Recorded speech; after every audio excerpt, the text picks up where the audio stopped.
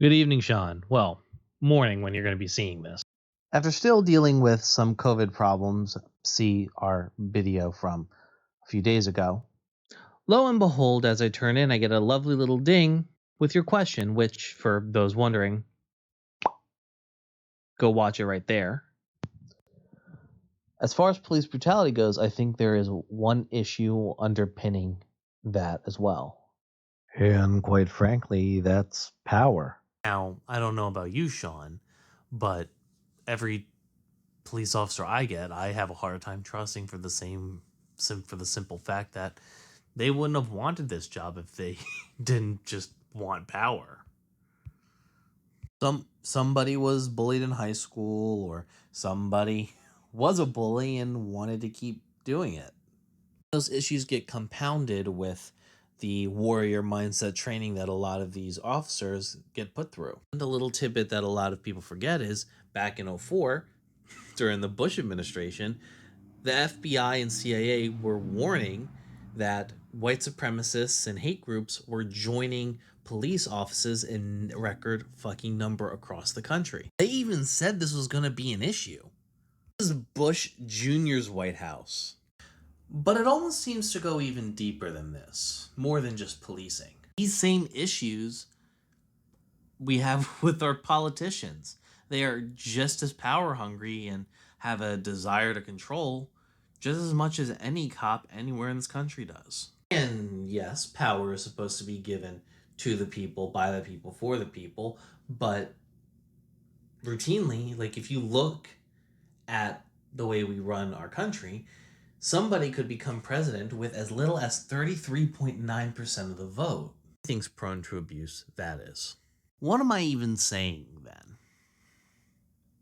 Well, I guess I'm wondering, in this case, what is power? Well, I think power isn't, like, a desire for power is in everybody in some capacity. I mean, it's in me.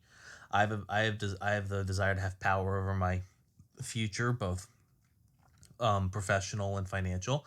But what I don't have the desire to have power over people, places, or things that aren't mine or I didn't create. That's not true of everybody. And that's kind of disconcerting. Power comes from many places. It can be given to you by something as archaic as divine right of kings. It can be given to you through democracy. It could be given to you because you worked your way to the top of a company, or you built a company and you're now get to oversee the lives and livelihoods of thousands, hundreds, tens to hundreds to thousands of different people. I guess to me, power means control. Control over myself, control over my emotions, control over my life, my business, my financials, and I think that's what I think the majority of Americans want. Especially control over finances. Or, by the way, for anybody interested in financial stuff, check out the new Broketopia podcast. Right there. If I'm going to end it, I'll probably just end it with this. And Sean, I'd love to ask you a quick question. What does power mean to you? I know what it means to me, and what does it mean to you? Not only to you, Sean, but to the viewer. Does it mean having control over those below you? Does it mean having control of yourself and your emotions? Does it mean having control of your own destiny? Or are we just all destined to be under the heel of an oppressive force, whether that force is democracy and capitalism or communism and socialism? I don't know. I'll see you tomorrow, Sean.